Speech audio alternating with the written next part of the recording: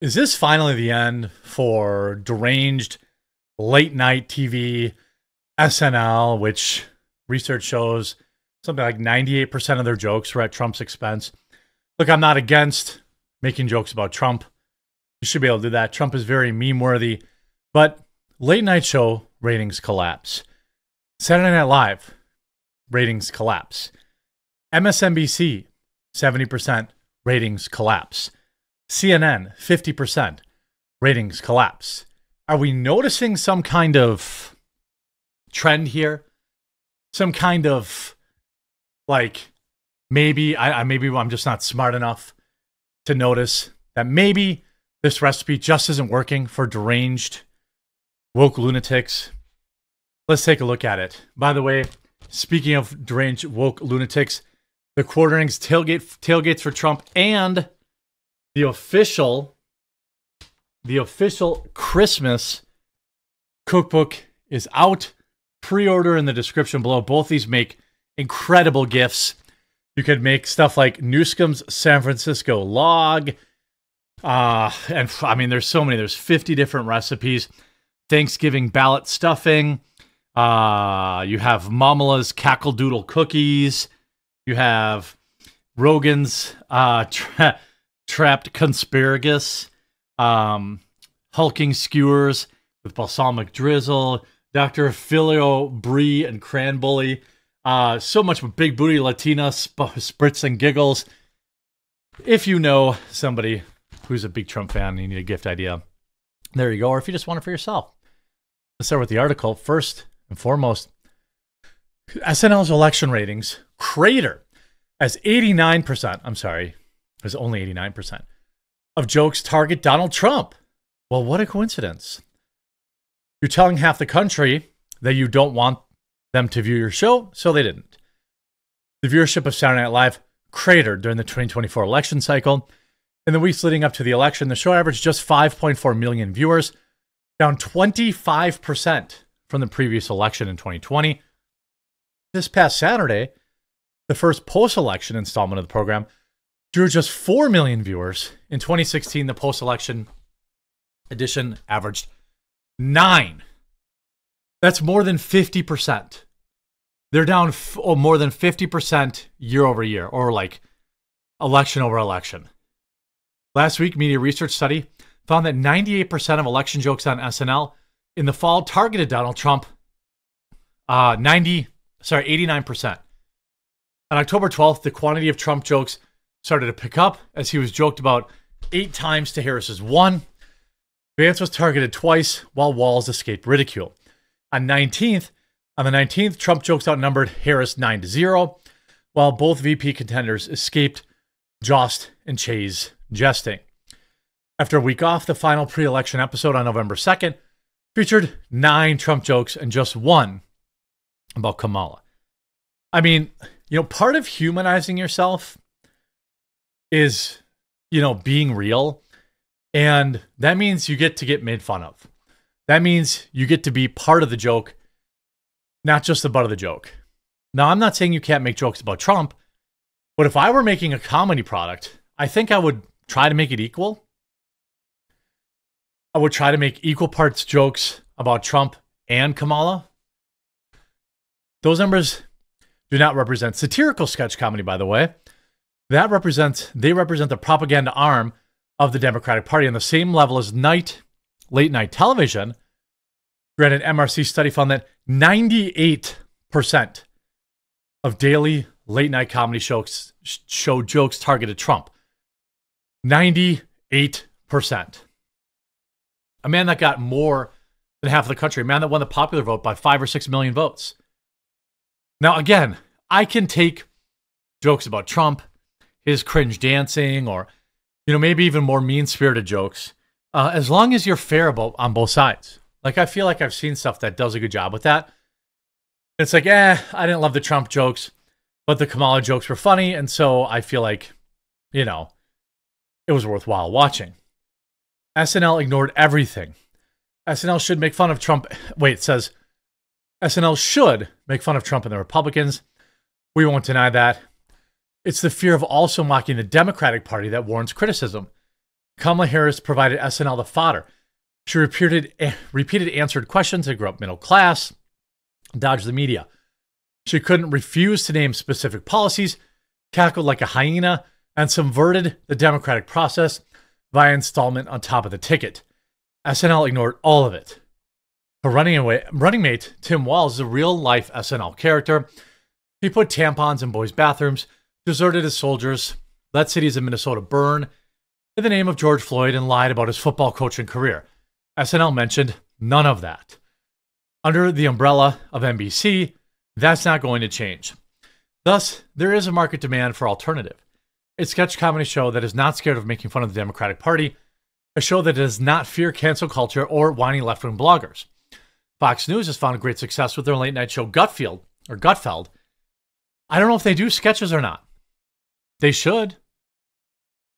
I mean, look, the only SNL I've ever really seen is Against My Will, or it's, shared on Twitter, like this.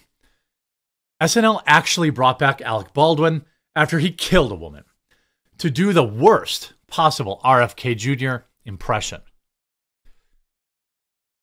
Hey, I don't mean to interrupt you. Now, RFK, a Democrat, they're making fun of a physical disability. Would they do that to somebody who isn't in Trump's cabinet? Would they make fun of a Democrat that had a vocal fry like that? I don't know. Alec Baldwin's impersonation of RFK on SNL is the worst thing he's done in front of the camera. Yes, that includes what he did on the set of Rust. I mean, again, would they make fun of, Democrats? Like, why can't they make fun of AOC?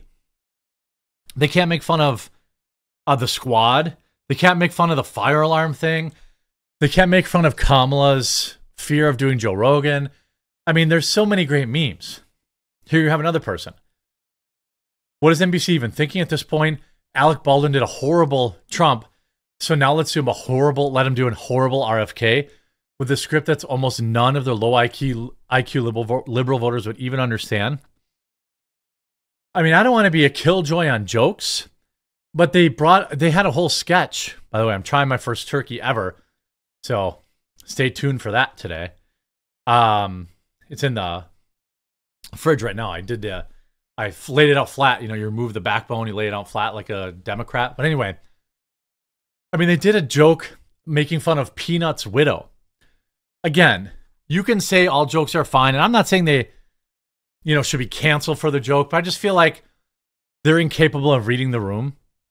Making a joke at Peanut's expense, and like a cringe-inducing one too. Hey, Hazel, I'm back. I mean, I don't really. I mean, I guess. I don't think it's funny. I'm not saying they should be canceled. I'm not saying any of that, but read the room. Maybe don't make fun of the guy who the government, insane government overreach meant they went and decapitated a beloved family pet that was safe and healthy. Saturday Night Live viewership cratered during 2024 election. By the way, Cat Williams calling out SNL for constantly using a woman to parody him. They think I'm a B word. Cat Williams called out Saturday Night Live for using a woman to parody him on the sketch show. There's never been a person that has parodied 9 times on Saturday Night Live, and yet never been invited on other than me. The Friday After Next star said on stage at Vulture Festival in LA, to this point, I take it as a badge of honor. They don't mess with me. When asked if he liked any of the impressions, he said a lot of the times when people are going to do an impression of you, they're really showing you how they feel about you. Do you know what I mean? So for Saturday Night Live to have an impression of me and have a woman do that means they think I'm a B. And now understand what they're saying when they do that. The comedian added, referring to Ego Nwadum. I don't know who that is. I don't know who any Saturday Night Live people are. They're all interchangeable. It doesn't bother me at all. I understand how the game goes. But I understand that if you love me, you know why you do. If you don't F with me, I understand. My job is to be worthy. I mean, yeah, they're making fun of the Club Shay Shay viral Shay Shay interview with Cat Williams and Shannon Sharp. I mean, you know, okay. How about this for late night? Not that relevant. Late night TV shows fading to black as even Colbert's leading late show sees audience drop 32%. America's late night talk shows were once appointment viewing, but with ratings tanking and ad revenues plummeting, the coveted place on the small screen is in question. The host of Yesterday and Today, comedians like Johnny Carson, blah, blah. Well, these people aren't comedians, though. These people aren't comedians. They're shills for the Democratic Party. I would love to watch a late night TV show host that told me the news for the day and wasn't, you know, that made fun of both sides. Jon Stewart used to kind of do that. And I used to watch Jon Stewart, right? Plummeting ratings for late night, plummeting ratings for SNL, plummeting ratings for MSNBC. What's the common thread? They are all extensions of the Democratic Party. They are all leftist shills.